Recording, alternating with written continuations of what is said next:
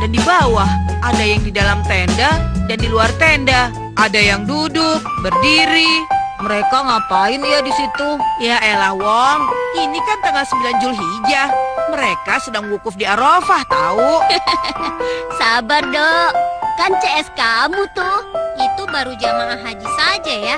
Coba bayangkan kalau nanti di Padang Mahsyar kayak apa luas tempat dan banyaknya manusia ya. Apalagi jika manusia dikumpulkan dari sejak zaman Nabi Adam sampai sekarang. Kok dari zaman Nabi Adam sampai sekarang, Tok? Iya, Dok. Bahkan sampai hari kiamat nanti. Semua manusia dikumpulkan. Iya, Wong. Termasuk manusia yang sudah mati. Mereka dibangkitkan kembali. Kayak zombie dong. Nanti jalannya begini. Ah, kamu Wong, kebanyakan nonton film tuh. Anto juga sih. Mana ada manusia sudah mati bisa dibangkitkan kembali. Benar ini, Dok. Seminggu lalu Pak Ustadz pernah menerangkannya. Kamu salah dengar kali, Tok. Iya, Dok. Benar apa yang dikatakan Tanto. Gini deh, kalau semua manusia dibangkitkan dan dikumpulkan, Padang Mahsyar jadi seperti apa? Kamu tahu tidak? Lah, meneketeh. Dasar kamu, Dok. Itu bertanya apa ngeles? Makanya, Dok, kalau Pak Ustadz menerangkan, kamu jangan tidur. Jadi nggak tahu deh. Kamu juga nggak tahu? Ada apa ini? Ini ya, kami sedang nonton siaran langsung haji saat wukuf di Arafah. Banyak sekali manusianya. Lalu? Lalu Anto bilang, Paman, kalau semua manusia dari sejak zaman Nabi Adam sampai kiamat, kelak akan dibangkitkan kembali, dikumpulkan. Benar itu, Dok. Semua manusia, termasuk kita, akan dikumpulkan di Padang Mahsyar. Tuh kan, Dok, catet.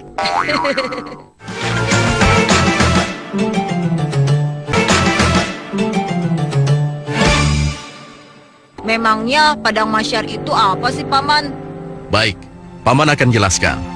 Dijelaskan dalam Al-Quran, Padang Mahsyar adalah dataran yang sangat luas, berada di alam akhirat, dan dikatakan berpasir, tidak terlihat tinggi maupun rendah. Tempat berkumpul semua makhluk, dari yang pertama hingga makhluk yang terakhir hidup, termasuk makhluk bernama manusia. Masya Allah, ternyata tidak semua makhluk ya, Ayah. Benar, Samil, termasuk malaikat, jin, manusia, dan hewan. Waduh, luasnya seperti apa Padang Mahsyar itu, Paman? Luasnya Padang Mahsyar hanya Allah yang tahu. Tapi Allah Maha Kuasa untuk membuat yang demikian itu. Di Padang Mahsyar inilah setiap manusia pada hari pengadilan akan diiringi oleh dua malaikat. Satu malaikat sebagai pengiring, satu malaikat lagi bertugas sebagai saksi atas segala perbuatan manusia selama hidup di alam dunia. Apa yang terjadi di Padang Mahsyar itu, Ayah? Di Mahsyar nanti, manusia dan makhluk lainnya akan dihadapkan tiga hal. Satu, Ita Alkitab, sebuah catatan amal. Dua, Mizan, sebuah neraca yang menimbang antara pahala dan dosa. Tiga, Haud atau telaga. Setiap nabi akan memiliki telaga ini. Menurut ajaran Islam, Nabi Muhammad memiliki telaga yang diberi nama Kausar. Hanya calon penduduk surga yang dapat meminum airnya. Setelah itu, Paman? Kemudian Allah Subhanahu wa Ta'ala memerintahkan kepada matahari untuk mendekat sampai tempat yang telah ditentukan, yaitu ada di atas kepala.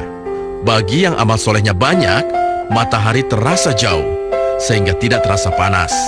Sebaliknya, bagi yang sedikit amal solehnya, matahari terasa sangat dekat dengan ubun-ubunnya. Hah? Di atas ubun-ubun? Panas dan keringatan dong, Ayah. Iya, Samir, keringatan yang deras.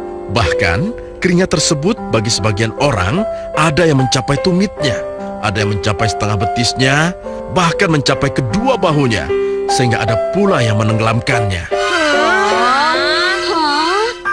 Dan peristiwa itu akan berlangsung di Padang Mahsyar selama 1 hari.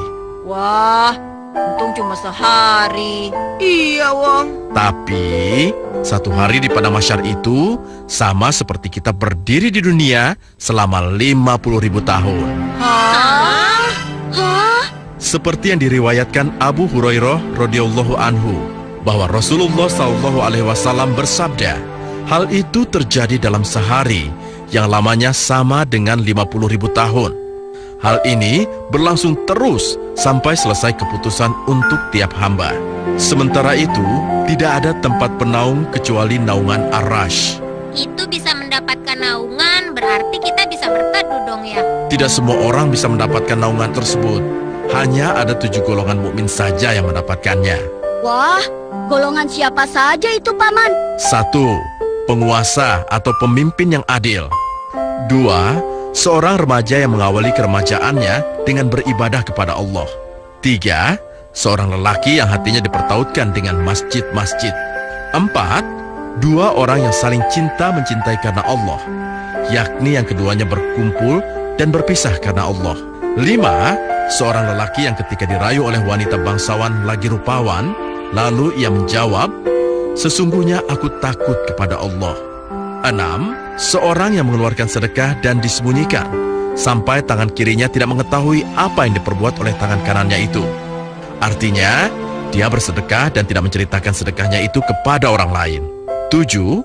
Seorang yang berzikir kepada Allah di tempat yang sunyi, sehingga kedua matanya mencucurkan air mata.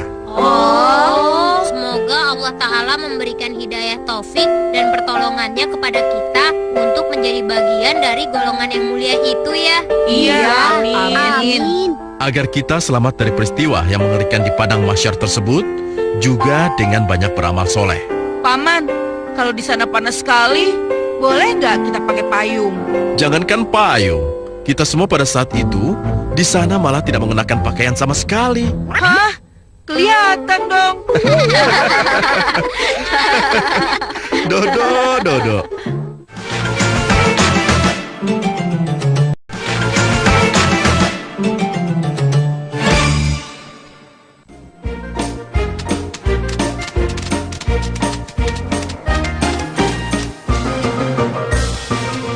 Teman-teman, kalian mau es krim tidak?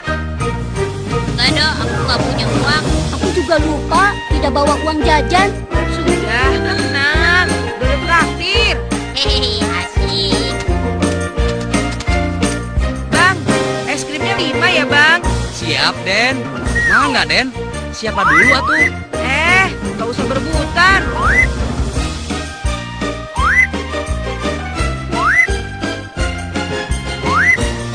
Nah, sekarang giliran Dodo. Pakai coklat yang tebal ya, Bang. Loh, Dok, es krim kamu kok pakai coklat? Dodo gitu loh. Hi, dasar kamu, Dok.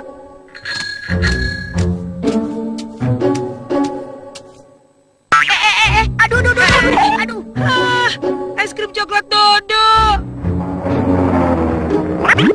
Hah? Rezeki nemplok. Coklatnya Yahud. Hah? Wah, tega kamu, Wong. Loh, memang ada apa, Dok? Duh, itu kan es krim Dodo tahu. Hah? Ini gara-gara kamu sih, Dok. Maaf, Dok, aku nggak sengaja. Es krimku juga jatuh. Nggak sengaja.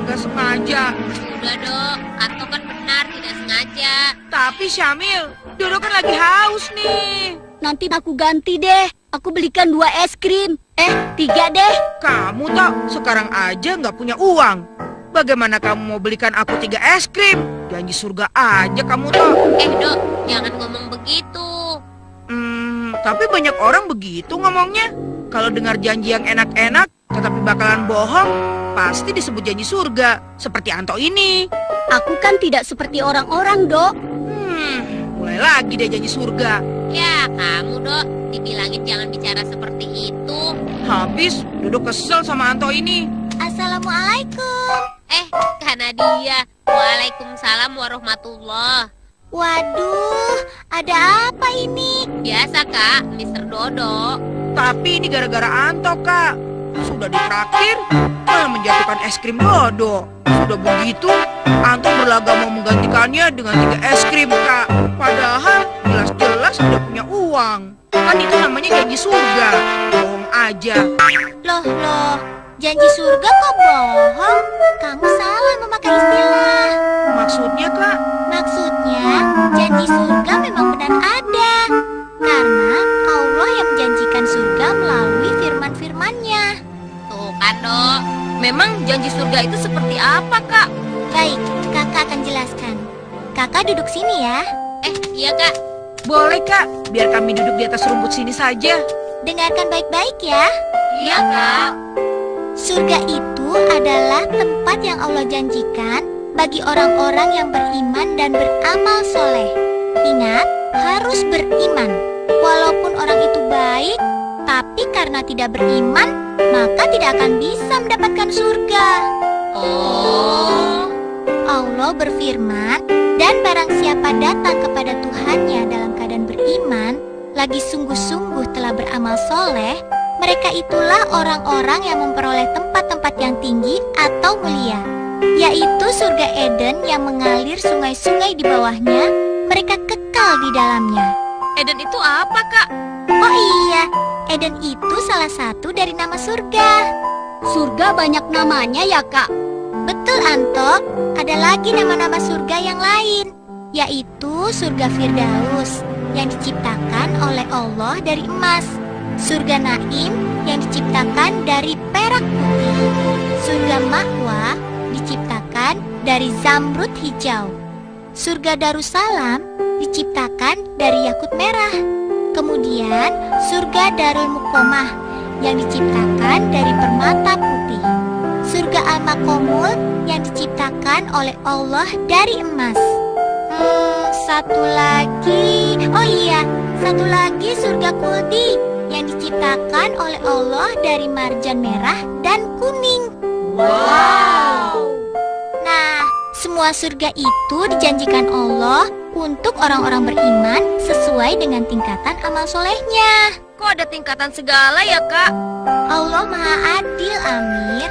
Yang amal solehnya lebih baik akan mendapatkan surga yang lebih tinggi. Oh, begitu. Yang paling tinggi surga apa, Kak?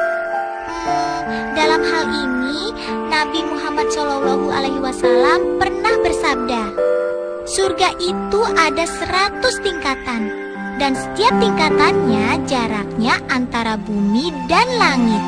Tingkatan yang paling tinggi adalah surga Firdaus, dan yang paling utama juga surga Firdaus. Daripadanya lah mengalir sungai-sungai surga. Apabila kalian memohon kepada Allah, mohonlah surga Firdaus. Masya Allah. Kalau makan makanan di surga, seperti apa ya, Kak? Ya ampun, Dok. Tapi bagus juga yang ditanya, karena Allah Subhanahu wa Ta'ala juga menerangkan tentang hal ini, bahwa kepada penduduk surga akan dihidangkan makanan dan minuman lezat yang sangat mengundang selera. Wah, nikmatnya. Dan alhamdulillah, kita termasuk orang yang beriman.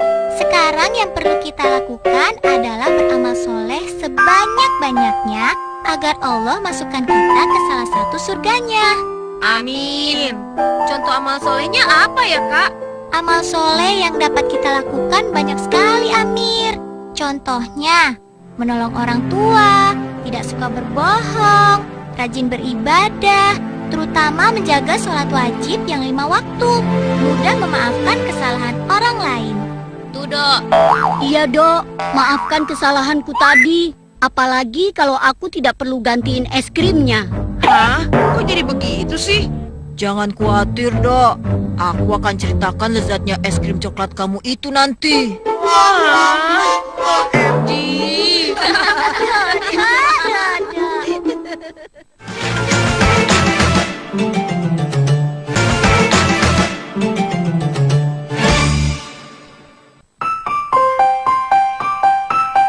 Gambar Mana, kamu mana? Dok, gambar kamu sudah selesai.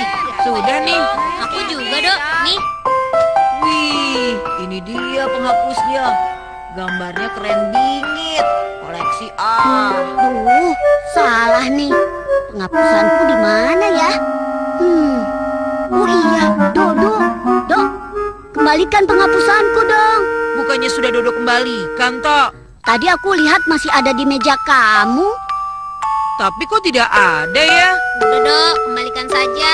Kembalikan apanya, Syamil? Ada apa sih, Dok? Ribut banget. Lagi belajar nih. Hapusan Anto hilang nih.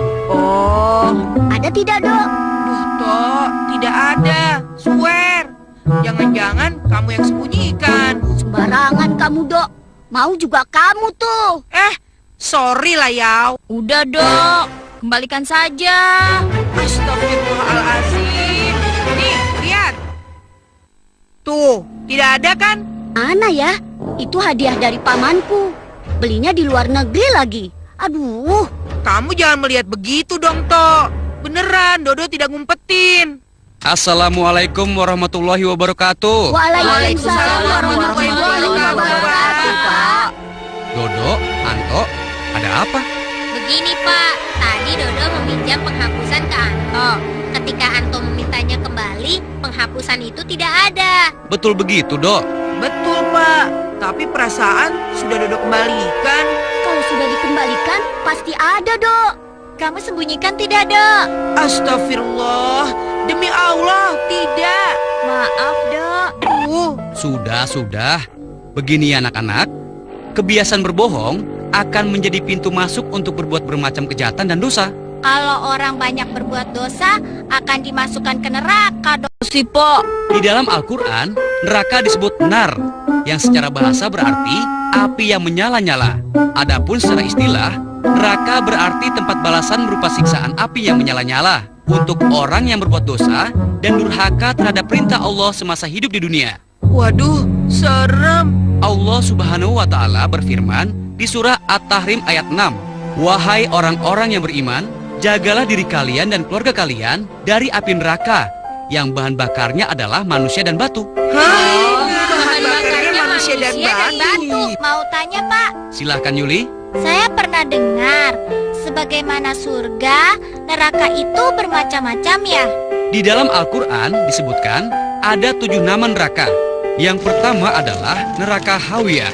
Letaknya ada di lapisan paling bawah dan ditempati oleh orang-orang munafik dan orang-orang kafir. Kedua, neraka Jahim, tempat orang yang menyekutukan Allah.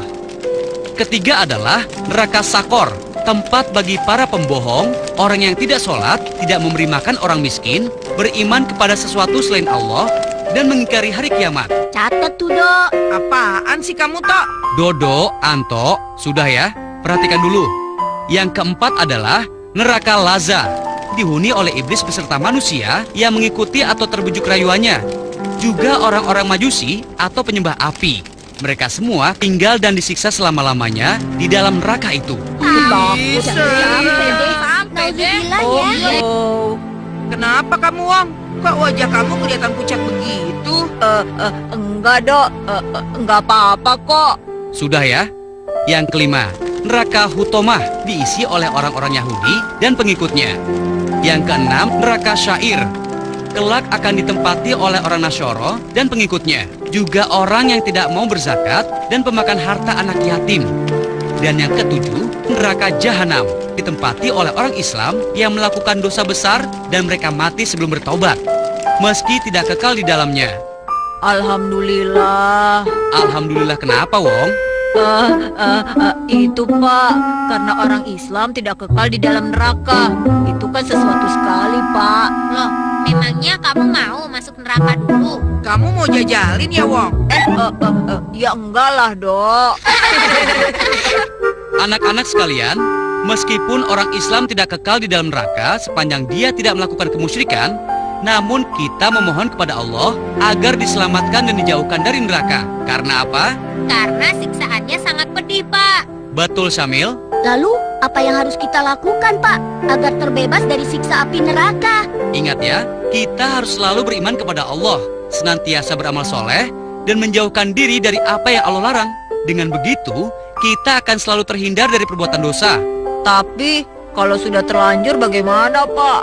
Segeralah bertaubat dengan bersungguh-sungguh, mengakui kesalahan atas perbuatan dosa, lalu memohon ampun kepada Allah dan berjanji untuk tidak mengulanginya lagi sampai akhir hayat. Kalau dosanya sedikit sekali. Walau sedikit, dosa ya tetap dosa, Wong. Benar apa yang dikatakan Dodo, tetap saja ada balasannya. Dan kita tidak boleh meremehkan dosa-dosa yang kecil. Jadi, kita tetap harus ikhtifar dan bertobat ya, Pak. 100 buat Dodo. Dodo gitu loh. ini bukan. Hah? Nah, itu dia. Iya, Wong. Sini. Alhamdulillah. Kamu temukan di mana, Wong? Ketemunya di kantong celana saya, Pak. Ya ampun, Wong. Maaf, tadi aku yang simpan buat koleksi. Itu namanya ngambil, Wong. Teman-teman, maafin aku ya. Aku hilaf. Aku janji gak akan mengulanginya lagi. Alhamdulillah. Ya sudah, kita semua harus maafin Wong ya. Iya, Pak. Saya maafin. Tapi ya sudah deh. Dodo maafin juga. Melihat wajah kamu, Dodo jadi gak tega, Wong. Memprihatinkan. Iya, Dok. Masa kamu tega melihat wajahku seperti ini? Alhamdulillah.